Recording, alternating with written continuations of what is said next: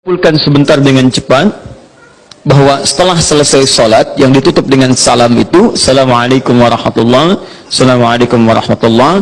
Kata Al-Quran, jangan terburu-buru untuk beraktivitas yang lain sebelum anda menyempurnakan satu amalan yang amalan ini begitu dahsyat dalam pandangan Allah subhanahu wa ta'ala. Amalannya disebut dengan zikir. Di tulisan kami sudah disebutkan rincian amalan plus dengan dalil-dalilnya. Ya, saya persingkat. Tema kita adalah tentang amalan pasca salat. Di bagian kedua ini, baik, ini tema kita. Kemudian amalan besarnya adalah zikir.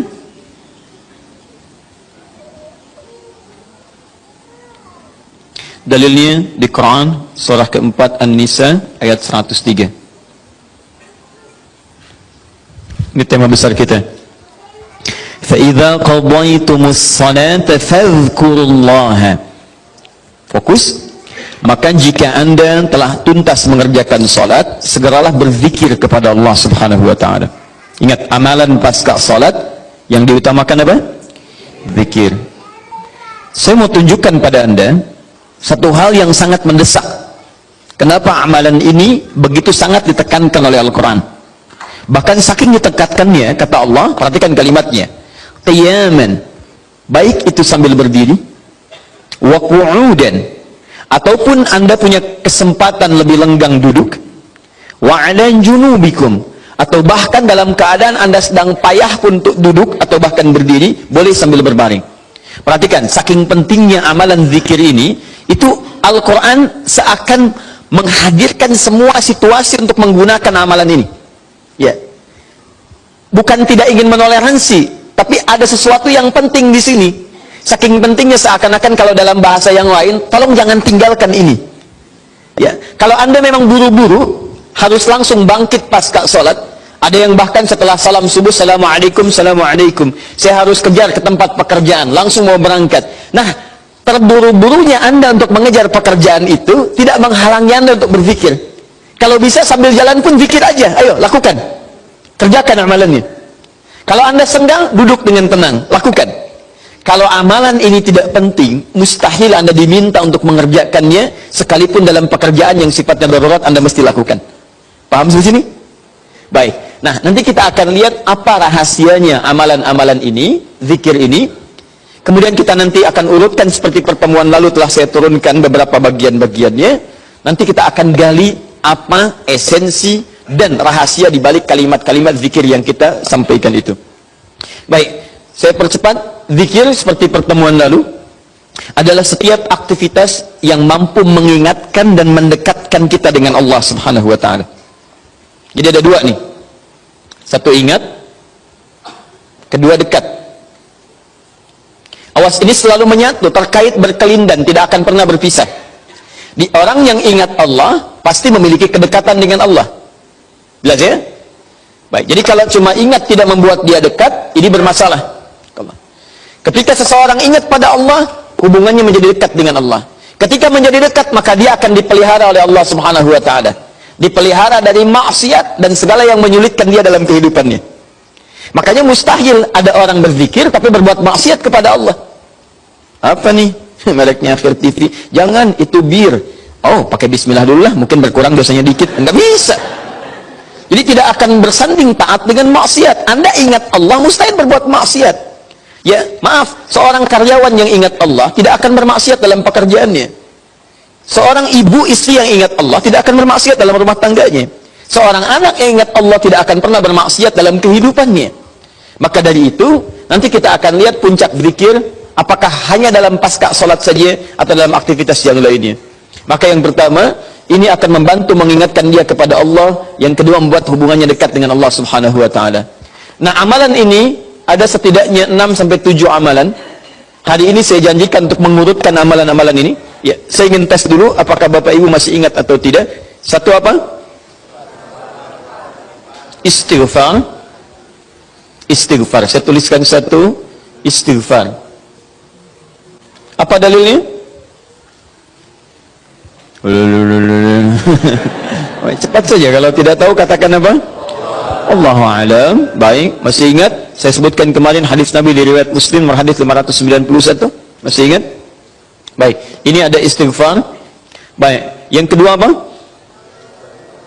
Allahu a'lam. Enggak ada, Bu. Allahu a'lam. Baik. Assalamualaikum warahmatullahi wabarakatuh. Assalamualaikum warahmatullahi wabarakatuh. Astagfirullah, astagfirullah, astagfirullah. Allahu a'lam, Allahu a'lam. Allah enggak ada. Baik. Baik, kita lihat ini istighfar atau masuk kepada kalimat thayyibah. Dalilnya Quran surah keempat ayat 103, kan?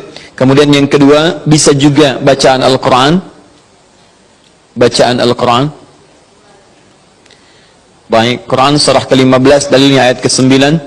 Ya inna nahnu nazzalna dzikra. Kami telah turunkan Al-Quran sebagai zikir. Jadi kalau Anda baca Al-Quran, itu Anda sedang berzikir.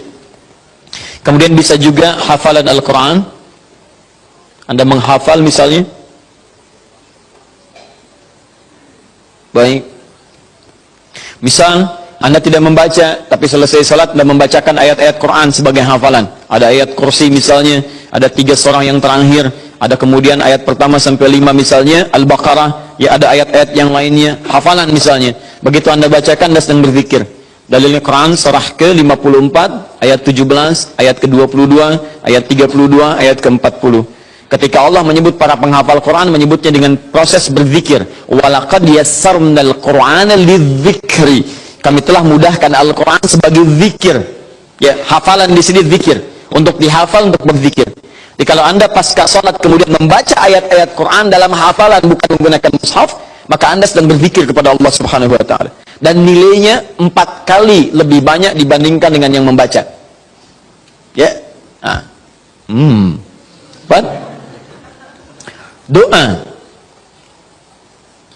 Doa itu juga sebagai zikir.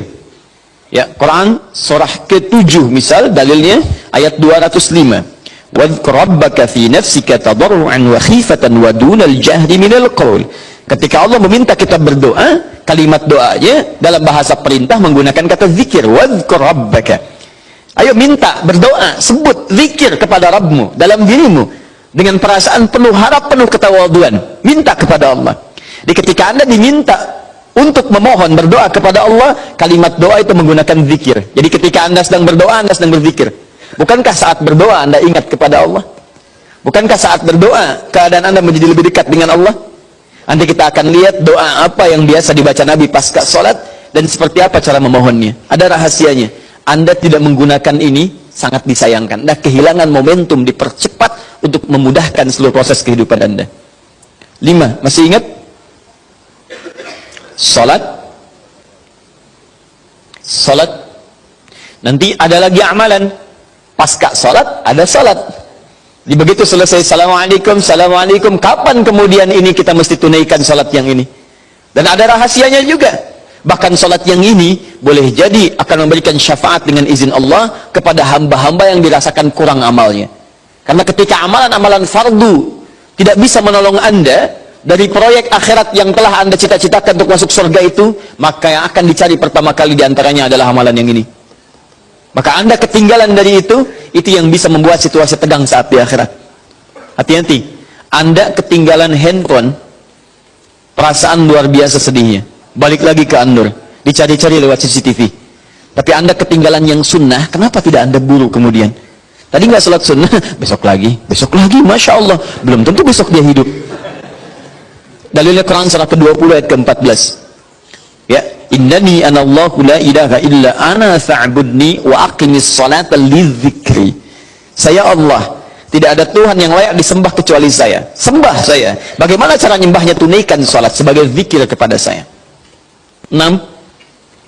Memperbanyak menyebut Allah, menyebut nama Allah, atau juga dengan al-asma'ul husna. Al-asma'ul husna. Dalilnya Quran surah kedua Al-Baqarah ayat 152. Fadhkuruni adzkurkum. Ayo cepat sebut nama saya, maka aku pun akan mengingatmu. Aku menyebutmu. Di orang yang selalu ingat Allah, nanti Allah akan ingat pada dia. Nanti saya kasih tahu rahasia yang paling besar. Bahkan ada orang yang saat membutuhkan ya dalam persoalan kehidupan kepada Allah sebelum dia minta, karena Allah telah mengingatnya, Allah ringankan aktivitas kehidupan dunianya. Dia bukan nggak punya masalah, jadi kayaknya nggak kelihatan punya masalah, cuman setiap akan mengalami masalah diringankan oleh Allah sehingga seakan-akan nggak punya masalah. Nanti ini yang akan sangat menentukan bagian yang keenam ini, apakah hidup kita akan semakin mudah atau mendapati kesulitan yang berliku. Sebut nama Allah.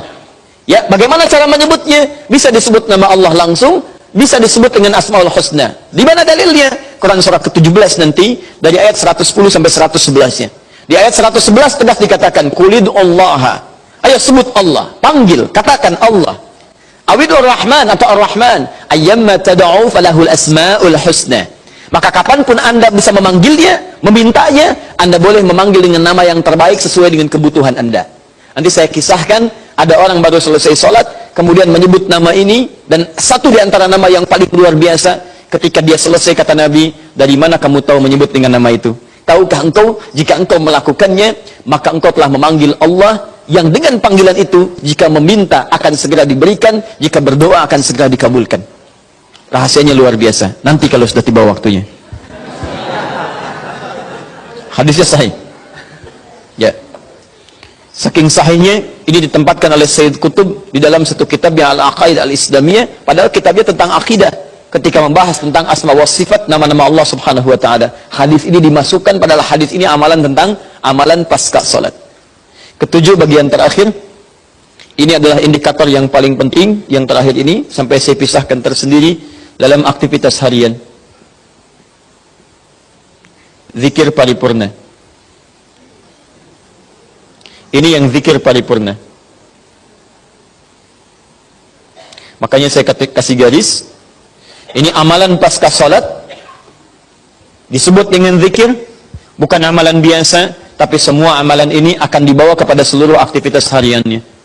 Bukankah pasca sholat ada yang jalan, pasca sholat ada yang kerja, pasca sholat ada yang makan, pasca sholat bahkan ada yang masak, pasca sholat ada yang bicara? Maka orang yang pasca sholat zikirnya itu benar latihan zikirnya, maka makannya adalah makan dengan berzikir kepada Allah, bicaranya zikir kepada Allah, jalannya zikir kepada Allah Subhanahu wa ta'ala. Nanti saya turunkan ayat-ayatnya, bagaimana orang berjalan sambil zikir, bagaimana orang kemudian makan zikir, bagaimana orang bicara zikir.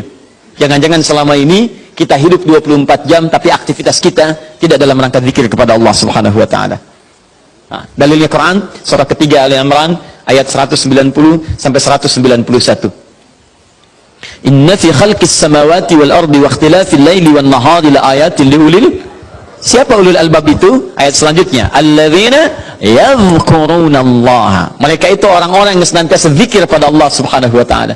Qiyaman, dalam keadaan dia berdiri, wa qu'udan, ataupun dia duduk, wa ala junubihim, atau bahkan sedang tidurnya. Tidurnya disebut sebagai zikir, berdirinya disebut sebagai zikir, duduknya disebut sebagai zikir. Dan ahli zikir ini adalah orang-orang yang akan dimuliakan bahkan oleh Allah ketika kembali ke akhirat nanti, dan dipuji-puji oleh Allah Subhanahu